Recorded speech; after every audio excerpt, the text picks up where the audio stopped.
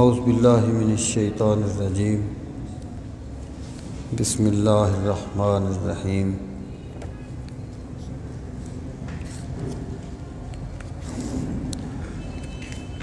وَإِذَا سَمِعُوا مَا أُنزِلَ إِلَى الرَّسُولِ تَرَىٰ أَعْيُنَهُمْ تَفِيضُ مِنَ الدَّمْعِ مِمَّا عَرَفُوا مِنَ الْحَقِّ۔ صدق اللہ مولانا العظیم وبلغنا رسولہ النبی الکریم الامین ونحن علی ذالک لمن الشاہدین والشاکرین والحمد للہ رب العالمین۔ رب اشرح لی صدری ویسر لی امری واحلل عقدۃ من لسانی یفقہوا قولی۔ اللہم ارنا الحق حقا وارزقنا اتباعہ وارنا الباطل باطلا وارزقنا اجتنابہ۔ اللہم ارنا الاشیاء کما ہی۔ ان اللہ وملائکتہ یصلون علی النبی یا ایہا الذین آمنوا صلوا علیہ وسلموا تسلیما۔ اللہم صل وسلم علی سیدنا و مولانا محمد وعلی آل و اصحاب سیدنا و مولانا محمد وبارک وسلم وصلی علیہ۔ الصلاۃ والسلام علیک یا رسول اللہ وعلی آلک و اصحابک یا حبیب اللہ۔ الصلاۃ والسلام علیک یا شفیع المذنبین وعلی آلک و اصحابک یا رحمۃ للعالمین۔ یہ 7واں پارہ شروع ہو رہا ہے، پارہ نمبر 7 شروع ہو رہا ہے۔ اعوذ باللہ من الشیطان الرجیم بسم اللہ الرحمن الرحیم۔ وَإِذَا سَمِعُوا مَا أُنزِلَ إِلَى الرَّسُولِ تَرَىٰ أَعْيُنَهُمْ تَفِيضُ مِنَ الدَّمْعِ مِمَّا عَرَفُوا مِنَ الْحَقِّ يَقُولُونَ رَبَّنَا آمَنَّا فَاكْتُبْنَا مَعَ الشَّاهِدِينَ۔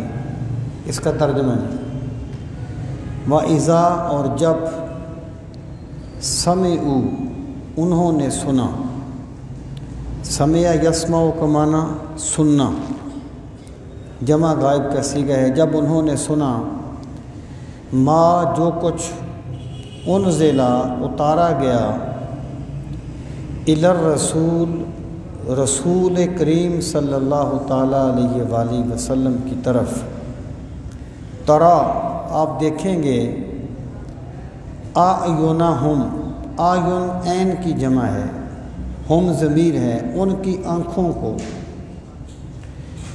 تفیدو، فادہ یفیدو کا معنی ہے بہہ پڑنا یا چھلک پڑنا، وہ چھلک پڑی ہیں، من الدمع، دم ان آنسو، آنسوؤں سے۔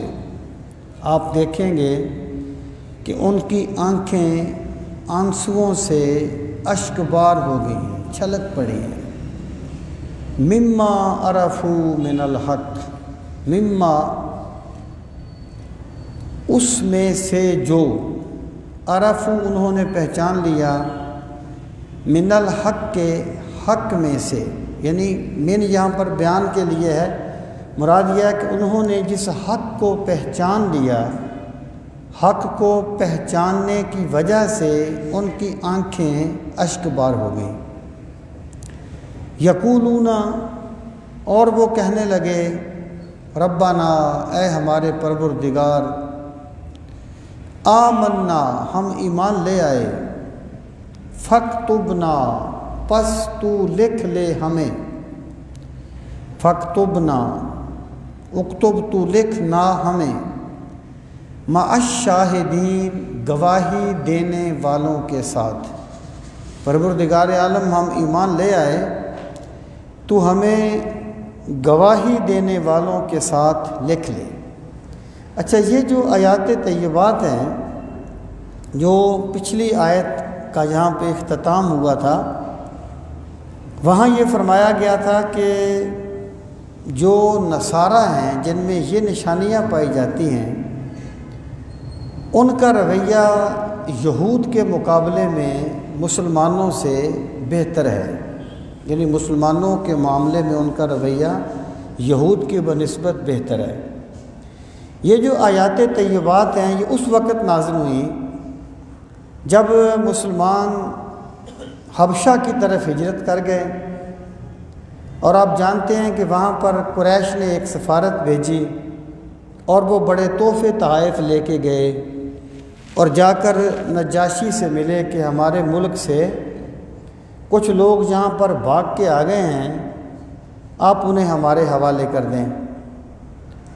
تو نجاشی نے مسلمانوں کو بلایا کہ بھی یہ لوگ کیا کہتے ہیں، تو حضرت جعفر بن ابی طالب، حضرت جعفر طیار رضی اللہ تعالی عنہ نے وہاں پر اس کے سوالوں کے جوابات دیے۔ تو اس نے کہا کہ آپ مجھے کوئی سنائیں کہ آپ پر جو قرآن جو وحی اتری ہے وہ کیا ہے۔ تو حضرت جعفر نے یہ وہاں پر سورہ طٰہٰ کی آیات نازل وہ تلاوت فرمائی، سورہ مریم کی آیات وہ آپ نے تلاوت فرمائی، جنہیں سن کے نجاشی اس طرح رویا کہ اس کی داڑھی آنسوؤں سے تر ہو گئی، یعنی اس کے اندر ایک ایمان کی حلاوت تھی اپنے طریقے کے مطابق، تو اس نے پہچان لیا۔ تو جب یہ سفارت ناکام لوٹی قریش کی، اس وقت نجاشی نے 70 علماء کو، جن میں ان کے پادری تھے، اہل علم تھے اور معزز لوگ تھے، ان کو بھیجا کہ تم جاؤ مکہ مکرمہ میں اور اس نبی صلی اللہ تعالیٰ علیہ وآلہ وسلم سے ملاقات کرو۔ وہ 70 لوگ وہاں پر آئے اور قرآن کریم کی حلاوت کی وجہ سے وہ سارے کے سارے مشرف با اسلام ہوئے۔ ان آیات میں ان کا تذکرہ ہے۔ اللہ پاک نے فرمایا کہ جب انہوں نے وہ سنا جو رسول کریم علیہ السلام پہ نازل کیا گیا تھا، آپ دیکھتے ہیں کہ ان کی آنکھیں اشکبار ہو گئیں۔ کہ کیوں اشکبار ہو گئی؟ مما عرفوا من الحق، یعنی وہ جو سمجھتے تھے کہ حضرت عیسیٰ ہمیں بتایا کرتے تھے، ہمارے اکابرین کو، ہمارے بزرگوں کو اپنے زمانے میں، کہ میں اپنے باپ سے یہ درخواست کروں گا کہ وہ ایسا مددگار بھیجے تمہارے ساتھ جو ہمیشہ کے لیے تمہارے ساتھ رہے، اور وہ فارکلیت آئے گا۔ تو جس نبی کا تذکرہ حضرت عیسیٰ اور ہمارے پیغمبر کیا کرتے تھے، اللہ پاک نے ہمیں اس نبی کی بارگاہ تک پہنچا دیا ہے۔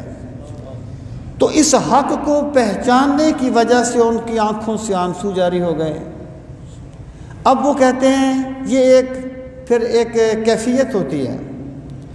اب ظاہر ہے ایک بندے نے اگر اسلام قبول کر لیا ہے تو اللہ تعالیٰ اسے مسلمانوں میں لکھے گا، لیکن وہ اللہ تعالیٰ سے ایک کیفیت میں یہ بات عرض کرتے ہیں، ربنا آمنا، ہمارے پروردگار گواہ ہو جا، ہم تیری کبریائی پر ایمان لے آئے ہیں، جو دعوت ہمیں نبی صلی اللہ علیہ وسلم نے دی ہے ہم نے اسے مان لیا ہے، فاکتبنا مع الشاہدین، اور جو لوگ تیرے دین کے گواہ بن کے اٹھے ہیں پروردگار ہمیں بھی ان میں شامل فرما دے، ہمیں بھی ان میں لکھ لے۔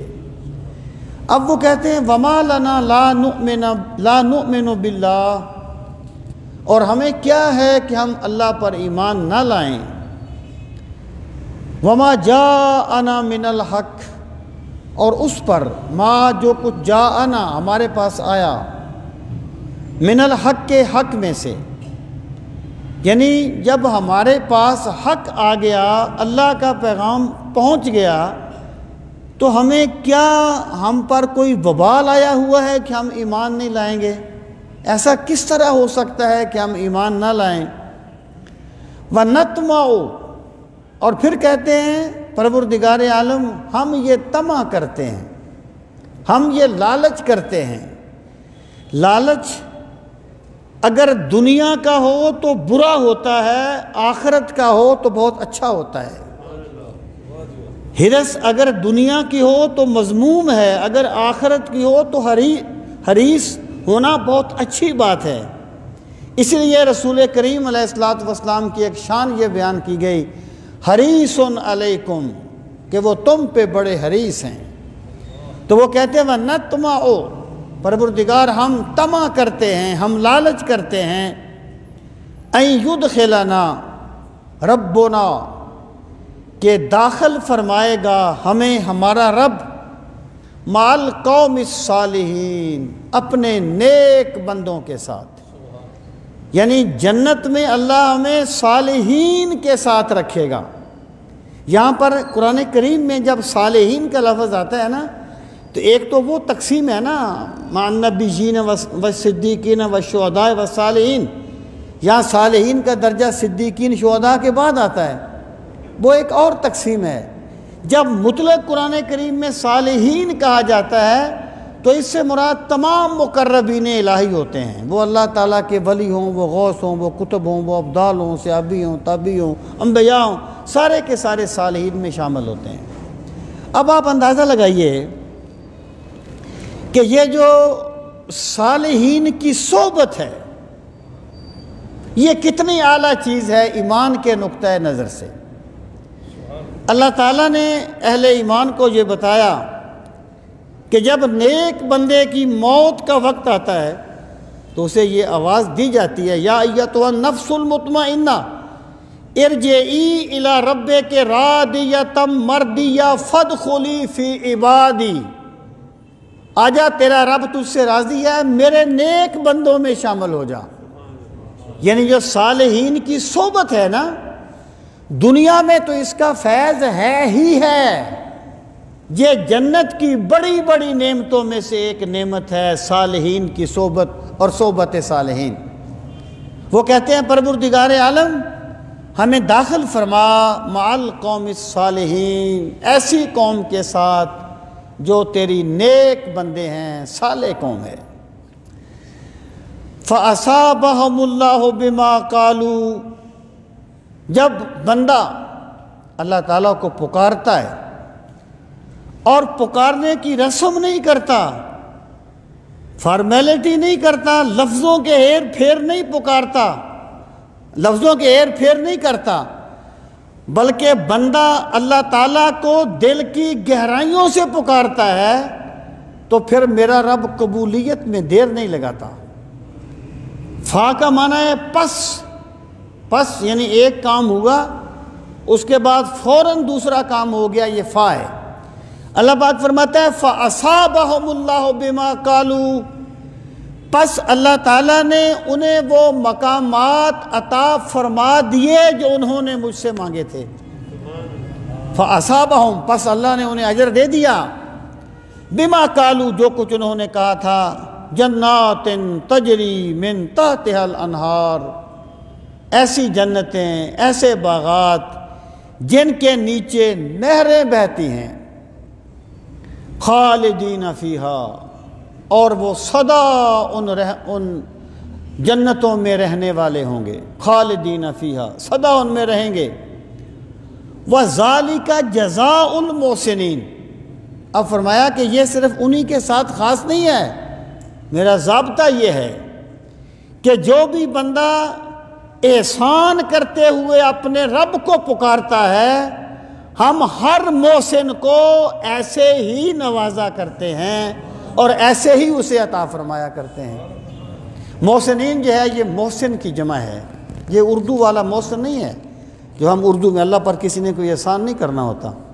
یہ محسنین جو ہے یا تو یہاں پر مخلصین کے معنی میں ہے، اور احسان ہوتا ہے کسی کام کو بڑی عمدگی کے ساتھ کرنا۔ رسول کریم علیہ السلام نے فرمایا نا کہ جب تم کوئی بھی کام کرو فَأَحْسِنُوا، بڑی عمدگی کے ساتھ کیا کرو۔ مراد یہ ہے وہ اگر ایمان لاتے ہیں تو کشمکش میں نہیں رہتے، تذبذب میں نہیں رہتے، پھر سب کچھ چھوڑ کر رب کی بارگاہ میں جھک جاتے ہیں۔ نماز پڑھتے ہیں تو کمال کرتے ہیں، صدقہ دیتے ہیں تو کمال کرتے ہیں، سچ بولتے ہیں تو کمال کرتے ہیں۔ نیکی کے ہر کام کو جو بندہ بہترین طریقے سے کرتا ہے اسے محسن کہا جاتا ہے، اچھے طریقے سے کرنے والا۔ اور یہ جو ایک اصطلاح ہے احسان، جب رسول کریم علیہ الصلوۃ سے ایمان، اسلام اور احسان کے بارے میں سوال کیا گیا تو احسان کے بارے میں آپ نے یہ فرمایا تھا کہ الاحسان ان تعبد اللہ کأنک تراہ فإن لم تکن تراہ فإنہ یراک۔ احسان یہ ہے تو اللہ کی بندگی اس طرح کر، تجھ پر یہ کیفیت طاری ہو جائے کہ گویا تو اپنے رب کو دیکھ رہا ہے۔ اگر یہ نہ ہو تو کم از کم یہ سوچ کہ رب مجھے دیکھ رہا ہے، یہ کم درجہ ہے احسان کا۔ تو احسان کیا ہو گیا؟ اخلاص، للہیت۔ اللہ پاک فرماتا ہے یہ جو اجر ہے، اب ظاہر ہے صحابہ کے درجے کو تو کوئی نہیں پہنچے گا نا، نہ کسی کا اخلاص صحابہ جتنا ہوگا، نہ کوئی صحابہ کے درجے کو پہنچے گا، بڑی سمپل سی بات ہے۔ تو مراد یہ ہے جو بندہ جتنے اخلاص کے ساتھ آئے گا ہم اسے اسی طریقے سے نوازیں گے، ہم اسے ایسے ہی اس کا اجر عطا فرمائیں گے۔ والذین کفروا وکذبوا بآیاتنا، اب یہ ہے اچھوں کے بعد بروں کا ذکر، جس کو مضادہ کہا جاتا ہے۔ اور وہ لوگ جنہوں نے کفر کیا، وکذبوا بآیاتنا، اور انہوں نے جھٹلا دیا ہماری آیات کو، اولئک اصحاب الجحیم، یہی وہ لوگ ہیں جو دوزخ والے ہیں۔ اصحاب الجحیم، دوزخ والے، مراد کیا ہے کہ میری بارگاہ میں مقام، مرتبہ اور قرب و منزلت پانے کا سبب محض کوئی خاندان نہیں ہے، محض کوئی علاقہ نہیں ہے، محض کوئی رنگ یا نسل نہیں ہے۔ میری بارگاہ میں مقام پانے کا سبب ایمان اور اعمال صالحہ ہیں۔ جو بھی کرے گا کوئی بھی ہو، ہم اسے نواز دیں گے، اور جو اسے اختیار نہیں کرے گا اس کا انجام جہنم ہوگا، وہ کوئی بھی ہو اپنی سزا بھگتے گا۔ یہاں پر یہ بات ختم ہوئی، آگے اہل ایمان سے خطاب فرمایا۔ اگلی جو آیات ہیں یہاں سے لے کر سورت کے آخر تک یہ خاتمہ سورت کی آیات ہیں، یعنی اس سورہ پاک میں جو باتیں کہی گئی ہیں ان پر جو سوال پیدا ہوئے یا جو ہو سکتے تھے، اللہ تعالیٰ نے ان کے یہاں پر جوابات دیے ہیں۔ آپ جانتے ہیں کہ سورہ مبارکہ کی ابتدا ہوئی تھی یا ایھا الذین آمنوا اوفوا بالعقود، کہ وعدوں کو پورا کیا کرو، عقد کو پورا کرو۔ اب یہ سوال تھا کوئی بندہ ایک جھوٹا وعدہ کر لیتا ہے، قسم کھا لیتا ہے، اس کا کیا حکم ہوگا؟ پھر آگے کہا گیا تھا لا تحلوا شعائر اللہ، جب وہ مسلمانوں کے لوٹے ہوئے مال لائے تھے نا، واپس حج کرنے کے ارادے سے آئے، تو پھر سوال یہ پیدا ہوا، تو کہا گیا بھی یہ اللہ تعالیٰ کی نشانیاں ہیں، ان کی بے حرمتی نہ کرو۔ اب سوال یہ پیدا ہوا کہ جو بتوں کے نام پر جانور چھوڑ دیے جاتے ہیں ان کا کیا ہوگا؟ پھر یہ کہا گیا تھا کہ جو چیزیں حرمت علیکم المیتۃ والدم ولحم الخنزیر، شروع صورت میں، کہ جو چیزیں اللہ نے حرام کر دیا تم نے انہیں حلال کر لیا ہے۔ اسی طرح یہ بھی واضح فرما دیا کہ جو اللہ نے حلال کیا تم انہیں حرام بھی نہیں کر سکتے۔ تو آپ دیکھیں گے کہ جو سوالات پیدا ہو سکتے تھے یہاں پر ان کے جوابات دیے گئے۔ وہاں یہ فرمایا تھا کہ جو چیزیں اللہ نے حرام کی ہیں تم انہیں حلال نہیں کر سکتے، میتا، دم وغیرہ وغیرہ جو چیزیں۔ اب یہاں پر اس کا برعکس بیان فرمایا کہ جو چیزیں اللہ نے حرام نہیں کی کوئی بندہ اپنے ذوق کے تحت انہیں حرام نہیں کر سکتا۔ اب دیکھیے یہ جو آیہ کریمہ ہے، گویا اب یوں کہیے کہ اہل ایمان کو جو کونوا قوامین بالقسط کا حکم دیا گیا تھا، تو یہاں پر ایک اس کی بنیادی چیز کو بیان فرمایا، اور بنیادی چیز یہ ہے کہ تمہارا ذوق اللہ کے حکم پہ غالب نہیں ہونا چاہیے۔ ہوا یہ تھا کہ کچھ صحابہ کرام نے یہ سوچا کہ ہمیں اللہ تعالیٰ کی عبادت زیادہ سے زیادہ کرنی چاہیے۔ اب ان میں سے بعض نے یہ کہا کہ میں رات کو پوری رات نوافل پڑھوں گا، اور کسی نے کہا کہ میں ہمیشہ روزہ رکھوں گا، کسی نے کہا میں کبھی اپنی زوجہ کے حقوق ادا نہیں کروں گا، کسی نے کہا میں اچھا کھانا نہیں کھاؤں گا۔ جب یہ باتیں کی، یہ باتیں اخلاص پر کی تھی، کرنے والے کوئی عام لوگ نہیں تھے، رسول کریم علیہ الصلوۃ والسلام کے صحابہ تھے۔ اور یہ بات میں آپ سے بارہا کہتا رہتا ہوں کہ صحابہ کرام کا معاملہ انبیاء کی طرح نہیں ہے۔ اللہ کے نبی ہر مرحلے میں نبی ہوتے ہیں، جبکہ صحابہ کرام آہستہ آہستہ اپنے درجہ کمال کو پہنچتے ہیں۔ صحابہ کرام آہستہ آہستہ اپنے کمالات کی منزلوں کو طے کرتے ہیں۔ صحابہ کرام نے یہ کہا، نیت میں بالکل اخلاص تھا، لیکن اس کا نتیجہ صحیح نہیں تھا۔ اس لیے میں آپ سے کہتا رہتا ہوں کہ صرف نیت کا ٹھیک ہونا کامیابی کے لیے کافی نہیں ہوتا، جب تک اس کام کو کرنے کا فطرتی طریقہ اختیار نہ کیا جائے۔ نیت تو اس بڑھیا کی بھی ٹھیک تھی، وہ مولانا روم کہتے ہیں نا کہ ایک باز آگے گر گیا کسی بڑھیا کے گھر میں، شہباز، تو اس کو پکڑ لیا بڑھیا نے، اس نے کہا، اس کے پنجے دیکھے، اس نے کہا او ہو تیرے ناخن بڑے بڑے ہوئے ہیں، اس نے اس کے پاؤں پنجے کاٹ دیے، پنجے کاٹ، اس کے پھر پر دیکھے، اب شہباز ہے بڑے اس کے پر ہیں، اس نے کہا او ہو تیرے سر کے بال بھی بڑے بڑے ہوئے ہیں، اس نے اس کے وہ پر بھی کاٹ دیے، پھر اس کی چونچ بھی کاٹ دی۔ اب اپنے خیال میں تو وہ ٹھیک ہی کر رہی تھی نا، بڑھیا کے اخلاص میں تو شک نہیں تھا، لیکن نتیجہ غلط تھا۔ تو صرف نیت کا ٹھیک ہونا کافی نہیں ہوتا، نیت بھی ٹھیک ہونی چاہیے اور امر الہی کی پیروی بھی ہونی چاہیے، تب کامیابی ملتی ہے۔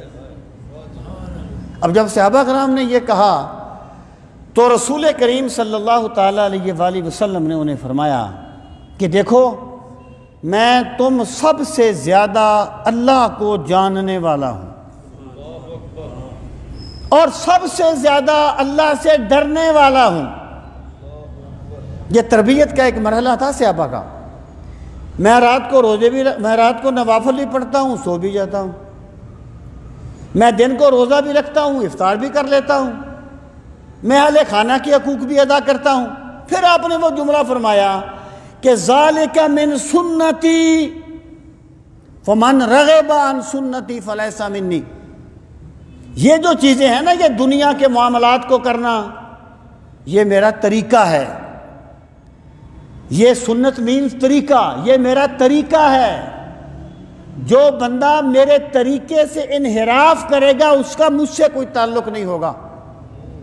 یعنی اگر ایک بندہ یہ سمجھتا ہے کہ جناب اگر میں نے کاروبار کیا تو شاید یہ میری روحانی مراتب کے منافی ہوگا، اگر میں نے شادی کی تو شاید میرے روحانی مراتب کے منافی ہوگی، اس بندے نے رسول کریم علیہ الصلوۃ والسلام کا طریقہ چھوڑ دیا ہے۔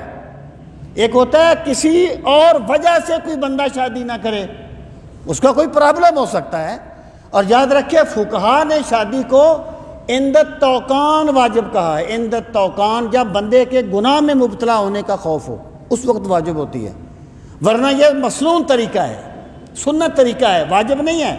تو میں یہ عرض کر رہا ہوں کہ یہاں پر جو سرکار نے فرمایا من رغب عن سنتی فلیس منی، اس سے مراد ہے سرکار کا طریقہ، طرز زندگی۔ اب آپ غور فرمائیں، یہ آیات اس پس منظر میں نازل ہوئی ہیں۔ اللہ پاک نے فرمایا یا ایھا الذین آمنوا، اے وہ لوگوں جو ایمان لائے، لا تحرموا، حرام نہ کیا کرو، طیبات، پاکیزہ چیزوں کو، ما احل اللہ لکم، جو اللہ تعالیٰ نے تمہارے لیے حلال کی ہیں، جو پاکیزہ چیزیں اللہ تعالیٰ نے تمہارے لیے حلال کی ہیں تم انہیں حرام نہ کیا کرو، ولا تعتدوا، اور حد سے نہ بڑا کرو۔ یہاں پر پہلی بات یہ فرمائی، دیکھیں یہ جو کسی چیز کو حرام کرنا ہے نا، اس کی دو صورتیں ہیں۔ ایک یہ ہے کہ بندہ شرعی طور پہ سمجھے کہ مجھ پہ حرام ہے، اگر وہ اللہ تعالیٰ کی حلال چیز کو شرعی طور پہ یہ سمجھے کہ مجھ پر حرام ہے تو یہ تو پھر کفریہ بات ہوگی نا۔ ایک یہ ہے بندہ اسے حرام تو نہ سمجھے، لیکن بندہ یہ سمجھے اگر میں نے یہ کام کیا یہ حرام تو نہیں ہے لیکن یہ افضلیت کے منافی ہے، یا عملی طور پر وہ ان چیزوں کو ترک کر دے، تو یہاں پر اس چیز کو اللہ پاک نے منع فرمایا کہ اے لوگوں میں نے تمہارے لیے جن چیزوں کو حلال رکھا ہے اس میں تمہارے بدن کا بھی فائدہ ہے، تمہاری روح کا بھی فائدہ ہے۔ اے ایمان والو، نہ حرام کرو طیبات ان پاکیزہ چیزوں کو ما احل اللہ لکم جو اللہ تعالیٰ نے تمہارے لیے حلال کیے ہیں، ولا تعتدوا اور حد سے نہ بڑا کرو۔ اللہ کا صرف یہ مطالبہ ہے کہ کائنات میں جو کچھ بھی ہے اللہ تعالیٰ نے اپنے بندوں کے لیے پیدا کیا ہے، لیکن ہر چیز کی ایک حد ہے۔ تم پیسہ کماؤ لیکن پیسہ کماتے ہوئے آخرت کو نہ بھول جاؤ۔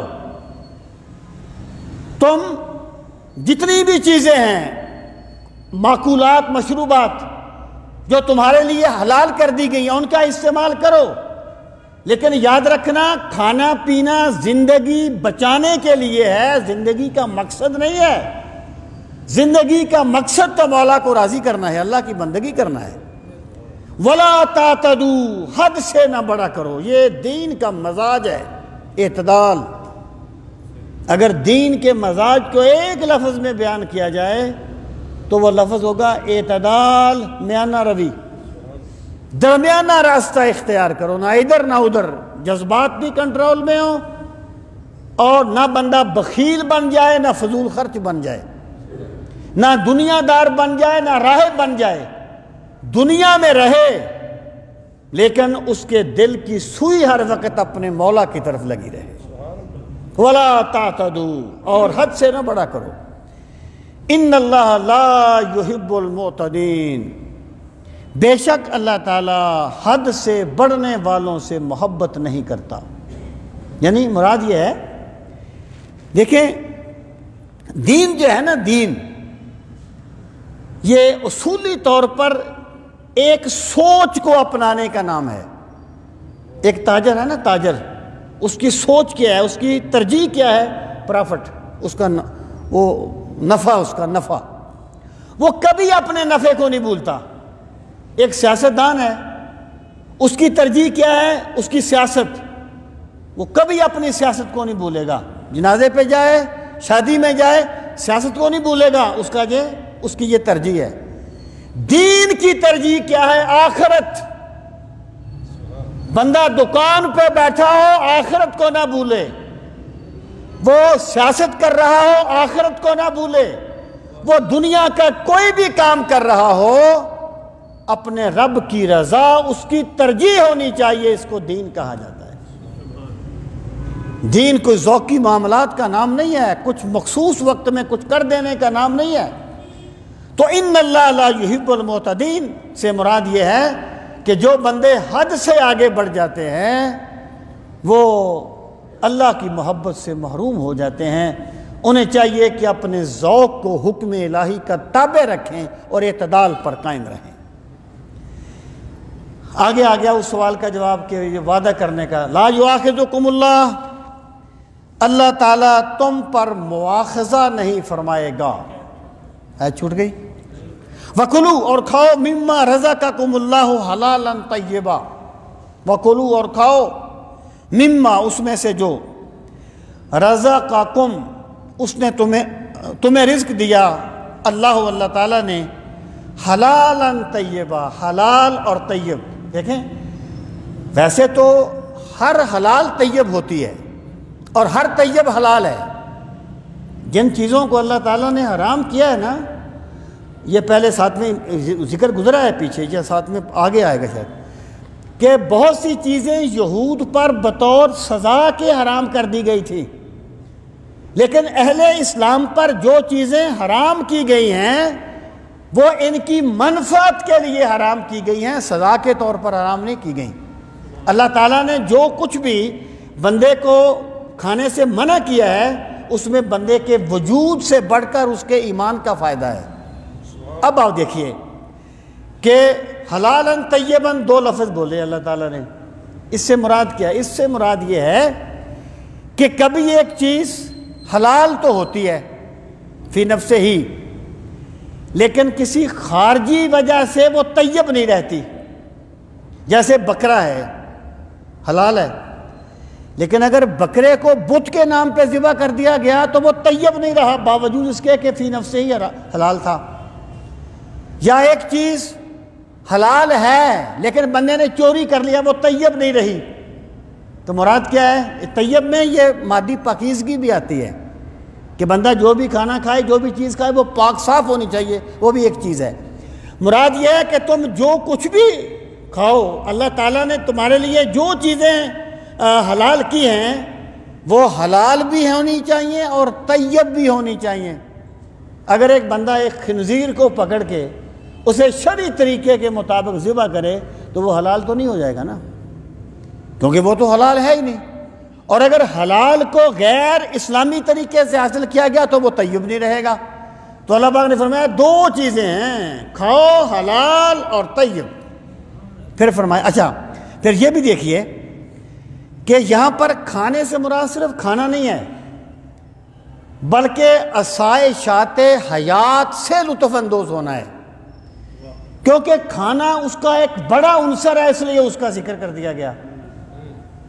مراد یہ ہے کہ اللہ دیکھیں نا، امام مالک تھے نا رحمۃ اللہ تعالی علیہ، بڑے قیمتی لباس پہنتے تھے، بہت قیمتی لباس پہنتے تھے، حلہ.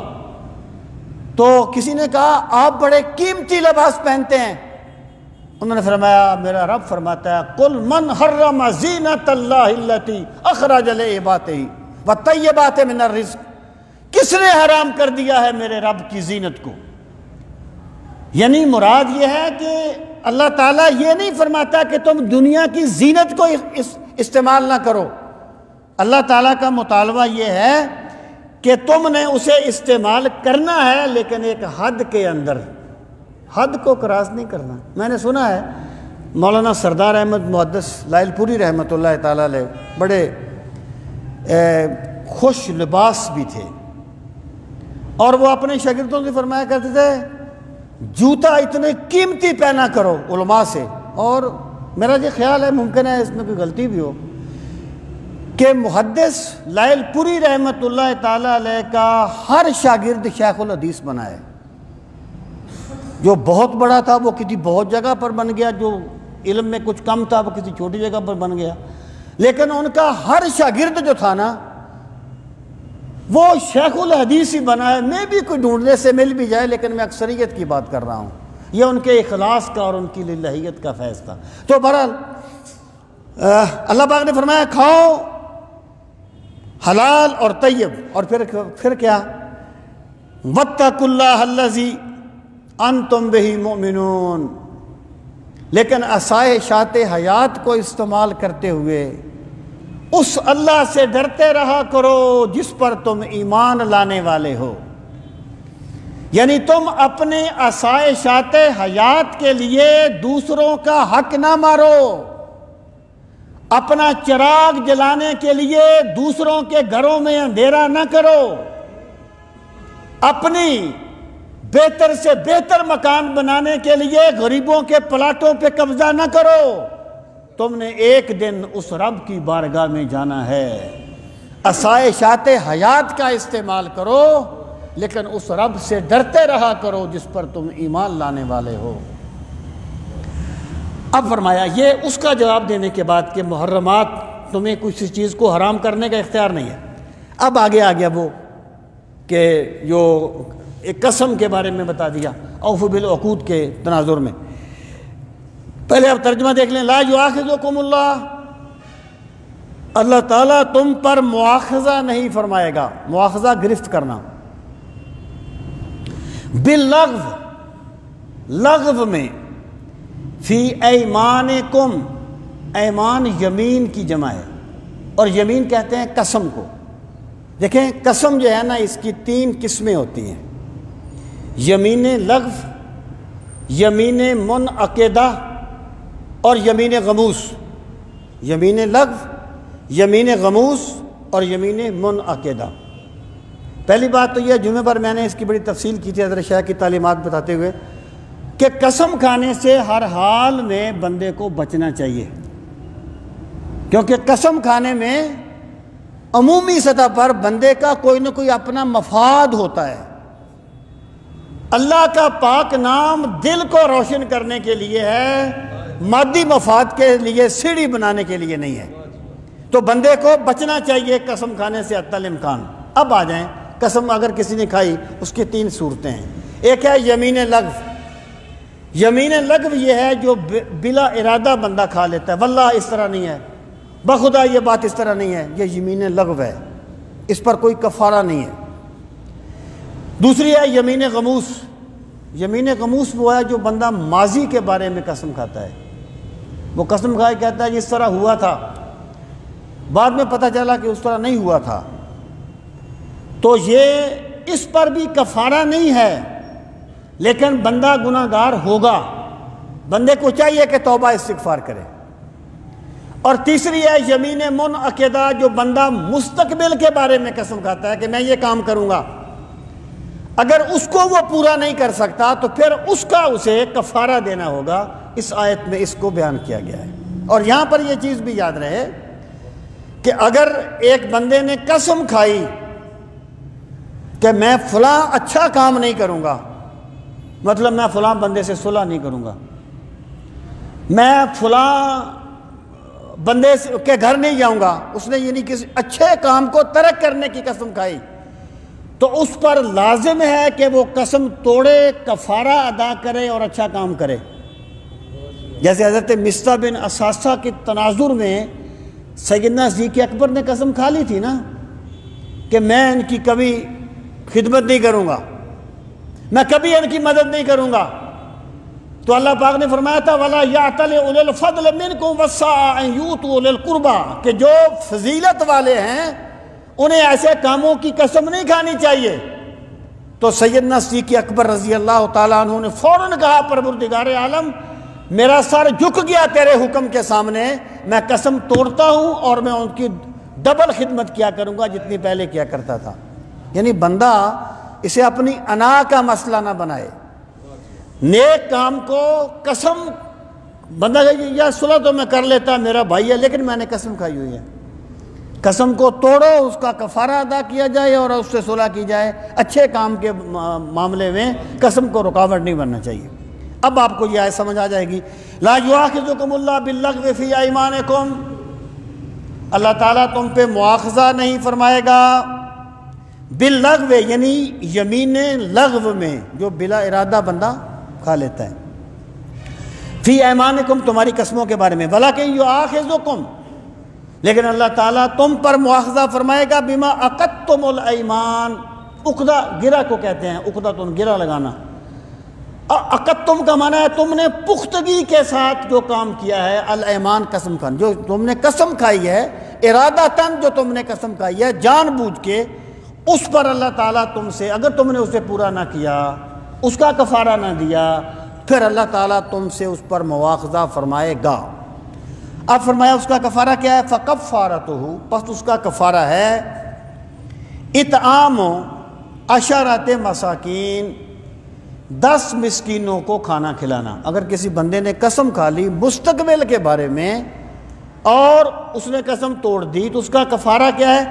3 آپشن ہیں، فَكَفَّارَتُهُ اطعام 10 مساکین، 10 مسکینوں کو کھانا کھلانا، من اوسط ما تطعمون اہلیکم، اس درمیانے درجے کی جو تم کھلاتے ہو اہلیکم اپنے گھر والوں کو، یعنی سرکار نے فرمایا تھا لوگوں غلاموں کا خیال رکھو، جو خود کھاتے ہو وہی انہیں بھی کھلایا کرو، یہ تمہارے غلام ہیں لیکن انسان تو یہ بھی ہے نا، تو غریبوں کو جب دو قسم کا کفارہ دو، یہ نہیں ہے کہ تم آپ تو اعلیٰ قسم کے کھانے کھاؤ اور انہیں کسی ادنا قسم کی کوئی چیز دے دو، ان کو ویسے کھانا دو جیسے تم روٹین میں اپنے گھر میں کھاتے ہو۔ اور کسوتہم، یا انہیں کپڑے پہناؤ، 10 مسکینوں کو کپڑے پہناؤ۔ او تحریر و رقبہ، یا ایک غلام کو آزاد کر دو، یہ قسم کا کفارہ ہے۔ اب فرمایا فَمَن لَّمْ يَجِدْ، جو بندہ یہ کام نہ کر سکے، یعنی وہ غریب ہے، وہ کھانا نہیں کھلا سکتا، کپڑے نہیں پہنا سکتا، جو بندہ اس غلام آزاد نہیں کر سکتا، فَمَن لَّمْ يَجِدْ، جو ایسا نہ کر سکے، فَصِيَامُ ثَلَاثَةِ أَيَّامٍ، تو وہ 3 روزے رکھے گا۔ ان روزوں میں نا اللہ نے متتابعین کی شرط نہیں لگائی، وہ ظہار کے روزوں میں ہے، یہاں پر مطلق ہے 3 روزے، بے شک وہ وقفہ کر کے رکھ لے، 3 روزے رکھے گا۔ ذالک کفارۃ ایمانکم، یہ کفارہ ہے تمہاری قسموں کا، اذا حلفتم، جب تم قسم کھاؤ۔ آگے فرمایا واحفظوا ایمانکم، اور حفاظت کیا کرو اپنی قسموں کی، مطلب یہ ہے بچا کرو قسمیں کھانے سے، اس کو روٹین نہ بنایا کرو، بچا کرو اس سے، ان کی حفاظت کیا کرو۔ کذالک یبین اللہ، اسی طرح اللہ تعالیٰ بیان کرتا ہے تمہارے لیے، لکم، تمہارے لیے، آیاتہ، اپنی آیات کو، لعلکم تشکرون، تاکہ تم اللہ کا شکر ادا کرو۔ اس کا مطلب کیا ہے؟ جو بندہ احکامات الہی کی پیروی کرتا ہے نا، گویا وہ خدا کی نعمتوں کا شکر ادا کر رہا ہوتا ہے کہ پروردگار تو نے جو نعمتیں فرمائی ہیں میں ان کا شکر ادا کر رہا ہوں۔ یہ نماز بھی اللہ کی نعمتوں کا شکر ہے، روزہ بھی اللہ کی نعمتوں کا شکر ہے، یہ عبادات اللہ کی نعمتوں کا شکرانہ ہے۔ یا ایھا الذین آمنوا انما الخمر والمیسر والانصاب والازلام، یہ میسر اور انصاب کا ذکر شروع میں بھی آیا تھا، اب اسی تناظر میں پھر یہ بات آ گئی۔ اے ایمان والو، انما الخمر، بے شک شراب، والمیسر اور جوا، والانصاب اور بتوں کے تھان، میں بتاتا ہوں، والازلام اور جوئے کے تیر، رجسن، ناپاک ہیں، من عمل الشیطان، شیطان کے کاموں میں سے، فاجتنبوہ، پس تم بچو ان سے، لعلکم تفلحون، تاکہ تم دین اور دنیا کی کامیابی پا جاؤ۔ دیکھیں، پہلی بات تو یہ ہے کہ جو فلاح ہے نا، فلاح کسی ادھوری کامیابی کو نہیں کہتے، ادھوری کامیابی ہر جگہ پائی جاتی ہے۔ اگر ایک چور چوری کرتا ہے اسے بھی کچھ ملتا ہے تو وہ کرتا ہے، ایک جھوٹا جھوٹ بولتا ہے کچھ ملتا ہے تو بولتا ہے، ادھوری کامیابی ہر جگہ پائی جاتی ہے۔ حضرت ضیاء الامت فرمایا کرتے تھے فلاح ادھوری کامیابی کو نہیں کہتے، فلاح اس مکمل کامیابی کو کہتے ہیں جب بندے کو مل جائے تو بندے کو دین کی دولت بھی مل جائے، بندے کو دنیا کی دولت بھی مل جائے۔ لعلکم تفلحون سے مراد یہ ہے کہ لوگوں تمہیں جو احکامات دیے جا رہے ہیں نا، یہ تمہیں تنگ کرنے کے لیے نہیں ہے، یہ تمہاری زندگی کو بے لذت بنانے کے لیے نہیں ہے، یہ تمہاری زندگی میں مشکلات پیدا کرنے کے لیے نہیں ہے، تمہیں احکامات اس لیے دیے جا رہے ہیں کہ تمہارا رب تمہیں کامیاب کرنا چاہتا ہے۔ کامیابی وہ نہیں ہوتی جو بندہ یہ سمجھے کہ میں کامیاب ہو گیا ہوں، ورنہ چور بھی چوری کر کے اپنے آپ کو کامیابی سمجھتا ہے، ڈاکو بھی ڈاکہ مار کے اپنے آپ کو کامیابی سمجھتا ہے۔ کامیابی اس بندے کی ہے جو مولا کے حکم کے سامنے جھک جاتا ہے۔ اب آپ غور فرمائیں، پہلی بات فرمائی اے ایمان والو، شراب اور جوا، خمر جو ہے نا، خمر، اس کا لفظی معنی ہے ڈھانپ لینا۔ اس کو شراب کو خمر اس لیے کہتے ہیں عقل کو ڈھانپ لیتی ہے۔ اب جو چیزیں مسکرات ہیں، نشہ آور، ان کی 2 قسمیں ہیں، ایک خمر ہے، ایک غیر خمر ہے۔ ایک شراب ہے، مثلا ہیروئن ہے، میں مثال دیتا ہوں، وہ بھی تو نشہ لاتی لیکن وہ خمر نہیں ہے، الکوہل خمر نہیں ہے۔ خمر یعنی اس کو کہتے ہیں جو ایک مخصوص طریقے سے بنائی جاتی ہے۔ حدیث پاک میں ہے کہ الخمر حرام قلیلھا و کثیرھا وَكُلُّ مَا أَسْكَرَ كَمَا قَالَ النَّبِيُّ صلی اللہ علیہ وسلم، کہ شراب حرام ہے، شراب تھوڑی بھی حرام ہے، شراب زیادہ بھی حرام ہے۔ مطلب کیا ہے کہ بندہ اگر اتنی کم مقدار میں شراب استعمال کرے کہ اس کو نشہ نہ ہو، وہ پھر بھی حرام ہوگی۔ شراب ایک قطرہ بھی حرام ہے، قطرے کا 1/2 حصہ بھی حرام ہے، قلیلھا و کثیرھا۔ اور دوسری چیز ہے غیر خمر، جو مسکرات میں سے ہے، اس کے بارے میں فرمایا جو نشہ لے آئے، مطلب یہ ہے وہ جب اس کا استعمال اس طرح کیا جائے کہ وہ نشہ طاری کر دے تب وہ حرام ہوگی۔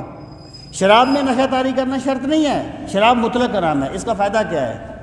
شریعت میں یہ جو سہولت دی گئی ہے، اس کا عملی مظہر کیا بنا ہے؟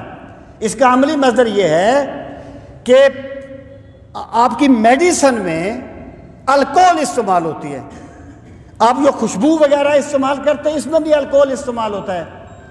اگر کوئی بندہ تقویٰ کی بنیاد پہ اس کا استعمال نہیں کرتا، وہ سینٹ وغیرہ کا، تو الگ بات ہے۔ اگر کوئی استعمال کرتا ہے تو اس کا حکم الکوہل والا نہیں ہوگا۔ میڈیسن میں الکوہل استعمال ہوتی ہے لیکن اتنی کم مقدار میں ہوتی ہے کہ وہ نشہ نہیں طاری کرتی۔ اس طریقے سے وہ اتنی کم مقدار میں الکوہل ہوتا ہے کہ نشہ طاری نہیں کرتا، اس لیے خمر کا حکم اور ہوگا اور دیگر مسکرات کا حکم اور ہوگا۔ الخمر حرام قلیلھا و کثیرھا وکل ما اسکر، اور جو چیزیں نشہ آور دوسری ہیں وہ وہاں جا کے حرام ہوتی ہیں، یہاں وہ نشہ طاری کر دیں، ورنہ اس میں بہت مشکل ہوتی لوگوں کے لیے، تو یہ آسانی کر دی گئی۔ اس کے بعد آ گیا میسر۔ میسر کہتے ہیں جوئے کو، یہ لفظ نکلا ہے یسرن سے، اور یسرن آپ جانتے ہیں آسانی کو کہتے ہیں۔ اور جوا جو ہے یعنی کاروبار کی 3 صورتیں ہیں۔ یا تو کاروبار ایسا ہوگا کہ جس کا نفع یقینی ہوگا اور فکس ہوگا، نفع یقینی ہوگا ایک شرط، دوسری فکس ہوگا، وہ سود ہے۔ کہ بندے نے کہا جی اتنے دیتا ہوں، اتنے میں لوں گا تجھ سے ہر مہینے، اصل دولت اس کی باقی ہے، راس المال اس کا باقی ہے۔ یہاں نفع یقینی ہو اور فکس ہو، وہ سود ہے۔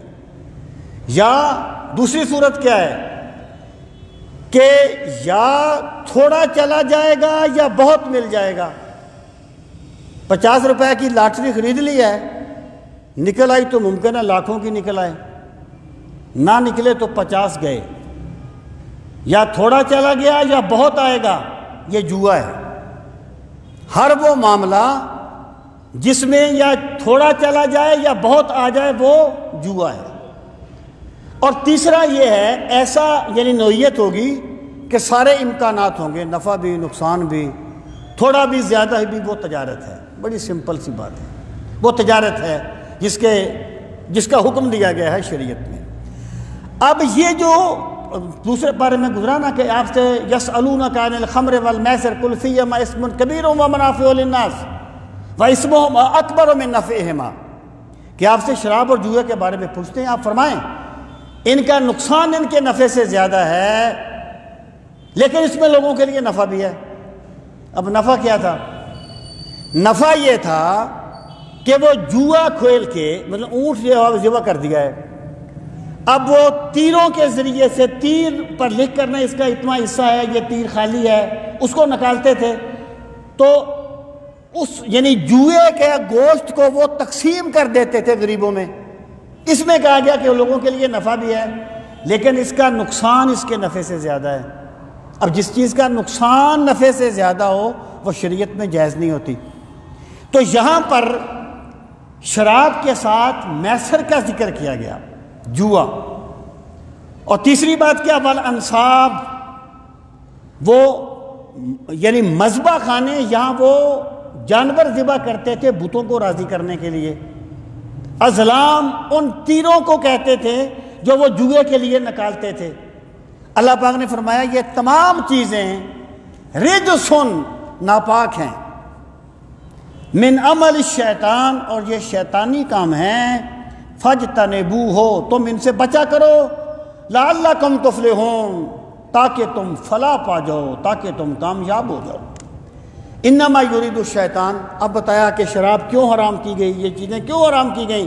انما فقط یرید، ارادہ کرتا ہے، الشیطان، شیطان، ان یوقع، کہ وہ ڈال دے، واقع کر دے، بینکم، تمہارے درمیان، العداوۃ، عداوت، والبغضاء، اور بغض، یعنی ان کے ذریعے سے شیطان تمہیں عداوت اور بغض پیدا کرنا چاہتا ہے، فی الخمر والمیسر، خمر اور میسر میں، یعنی خمر اور میسر کے ذریعے سے شیطان یہ چاہتا ہے، وَيَصُدَّكُمْ عَنْ ذِكْرِ اللَّهِ، اور شیطان تمہیں روک دے اللہ کی یاد سے، وَعَنِ الصَّلَاةِ، اور شیطان تمہیں نماز سے بھی روک دے، یعنی اللہ کی یاد سے روک دے۔ اس سے مراد ہے عام اللہ کی یاد۔ جو بندہ کسی سے بات کرے اس کے دل میں یہ احساس ہو کہ میرا کوئی رب ہے جو جس کے پاس میرے ہر لفظ کا ریکارڈ ہے، اور قیامت کے دن میرے سامنے میرا نامہ اعمال کھول دیا جائے گا، اقرا کتابک، پڑھ اپنے نامہ اعمال کو، تو پھر بندہ کچھ اور طریقے سے بولتا ہے۔ تو یہاں ذکر عام ہے یاد الہی، اس کا ایک بڑا مظہر نماز، اس کو ذکر کر دیا۔ پھر فرمایا فَهَلْ أَنْتُمْ مُنْتَهُونَ، پس کیا تم ہو منتہون، روکے گئے، کیا تم رک جانے والے ہو؟ تو جب یہ آیت نازل ہوئی تھی نا، رسول کریم علیہ السلام نے حضرت بلال سے فرمایا کہ جا کے گلیوں میں اعلان کر دے کہ اللہ نے شراب کو حرام کر دیا ہے۔ اس وقت حرام نہیں تھی، لوگ پی رہے تھے شراب۔ تو مفسرین کہتے ہیں کہ بعض لوگوں نے پیمانہ شراب کا اٹھایا ہوا تھا پینے کے لیے، جب حضرت بلال کی آواز کان میں گئی نا کہ لوگوں اللہ نے حرام کر دیا ہے، فَهَلْ أَنْتُمْ مُنْتَهُونَ، کیا تم رکنے والے نہیں ہو؟ تو انہوں نے ہونٹوں سے لگے ہوئے جام رکھ دیے، انتہینا ربنا، پکار اٹھے پروردگار ہم رک گئے، تیرا حکم آ گیا، ہم نے ہر چیز کو ترک کر دیا۔ اس کو ایمان کہا جاتا ہے۔ اور شراب مدینے کی گلیوں میں بہا دی گئی تھی۔ فَهَلْ أَنْتُمْ مُنْتَهُونَ، کیا تم اس سے رکنے والے نہیں ہو؟ وَأَطِيعُوا اللَّهَ وَأَطِيعُوا الرَّسُولَ، اب عام حکم دیا، اطاعت کرو اللہ تعالیٰ کی اور اطاعت کرو رسول صلی اللہ تعالیٰ علیہ وآلہ وسلم۔ وَاحْذَرُوا، ہجرون کہتے ہیں احتیاط کرنے کو، اور زندگی میں، اور احتیاط کیا کرو، مراد کیا ہے؟ زندگی میں بچا کرو اس چیز سے کہ تمہارا کوئی کام اللہ کی اطاعت کے خلاف ہو یا رسول کریم علیہ السلام کی اطاعت کے خلاف ہو۔ فَإِن تَوَلَّيْتُمْ، پس اگر تم پھر جاؤ، فَاعْلَمُوا، تو جان لو، انما فقط علی رسولنا، ہمارے رسول پر صلی اللہ علیہ وسلم، البلاغ المبین، واضح انداز میں پہنچا دینا ہے۔ اگر کوئی بندہ پھر بھی نہیں رکتا تو وہ اللہ تعالیٰ کی رسول کا نقصان نہیں کرتا، اللہ کا نقصان نہیں کرتا۔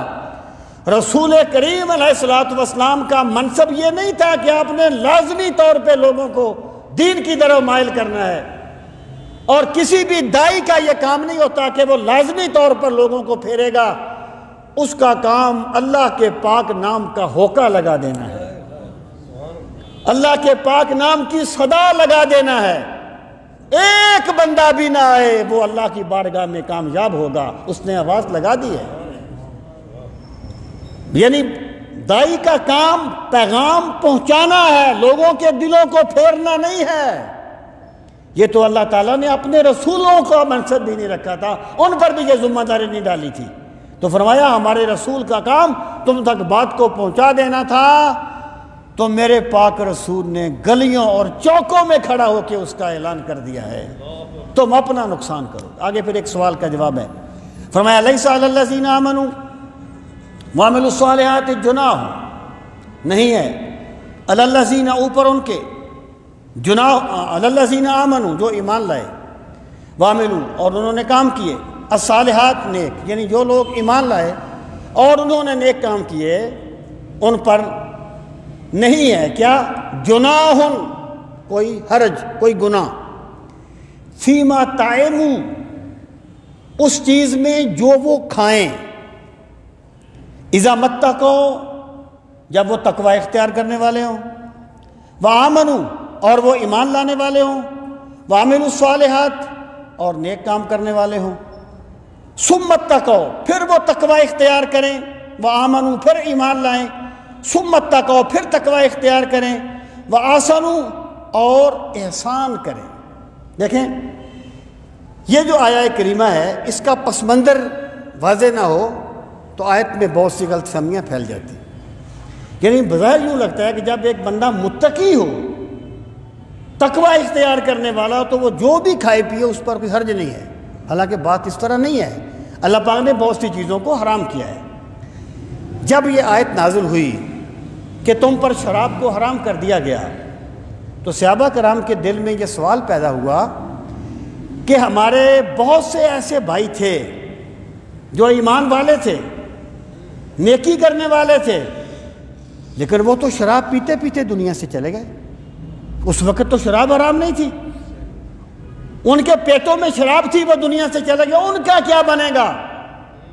تو یہ گویا ایک سوال کا جواب ہے کہ جب حرام ہو گئی اس کے بعد پینا جرم ہوگا، جب حرام نہیں تھی اور وہ باقی تقوی کے تقاضے پورے کر رہے تھے تو اللہ تعالیٰ ان پہ کوئی گرفت نہیں فرمائے گا۔ یہ اس سوال کا جواب ہے کہ ان پر کوئی گناہ نہیں ہے۔ کب گناہ نہیں ہے؟ اذا متقوا، جب وہ تقوی اختیار کریں، وہ آمنوا وعملوا الصالحات۔ اور پھر کیا؟ تقوی کیسے؟ تقوی ایمان اور اعمال صالحہ کے ساتھ ہو۔ ویسے تو یہ جو جوگی ہوتے ہیں یہ بھی بڑے بڑے پرہیزیں کرتے ہیں اور بڑی بڑی چیزوں کو چھوڑتے ہیں۔ تقوی تب تقوی بنے گا جب ایمان کے ساتھ ہوگا اور اعمال صالحہ ایمان کی علامت ہوگی۔ پھر فرمایا ثم اتقوا، یعنی اس کے باوجود وہ پھر تقوی اختیار کریں، وآمنوا، اور یہ ساری چیزیں حالت ایمان میں ہونی چاہیے۔ ایمان نہ ہو تو کوئی تقوی نہیں۔ جیسے کفر کے ہوتے ہوئے کوئی نیکی بندے کو فائدہ نہیں دے سکتی، کیونکہ نیکی بنتی ہی تب ہے جب ایمان کے ساتھ کی جاتی ہے۔ یہ وہ حالیہ ہے، وآمنوا، اور یہ تمام چیزیں وہ کریں ایمان کی حالت میں۔ ایمان ہوگا ثم اتقوا، پھر تقوی اختیار کیا جائے گا، اور پھر شرط کیا ہے؟ وَأَحْسَنُوا، یہ وہی احسان آ گیا، اور وہ یہ سارے کام اخلاص کے ساتھ کریں۔ یعنی نیک کام اس لیے نہ کریں کہ لوگوں میں میرے تقوی کی داغ بیٹھ جائے، نیک کام اس لیے نہ کریں کہ میرا بڑا مقام بن جائے معاشرے میں۔ وہ جو بھی کام کرے اس لیے کرے کہ میرا کریم رب مجھ سے راضی ہو جائے، احسان کے ساتھ یہ کام کرے۔ اللہ پاک فرماتا ہے واللہ یحب المحسنین، جب بندہ اخلاص کے ساتھ قدم اٹھاتا ہے پھر میں اس سے محبت کرتا ہوں، وہ میری محبت کا محور بن جاتا ہے، میں احسان کرنے والوں سے محبت کرتا ہوں۔ اللہ تعالی ہم سب کو دین کا فہم صحیح نصیب فرمائے۔ وما علینا الا البلاغ المبین۔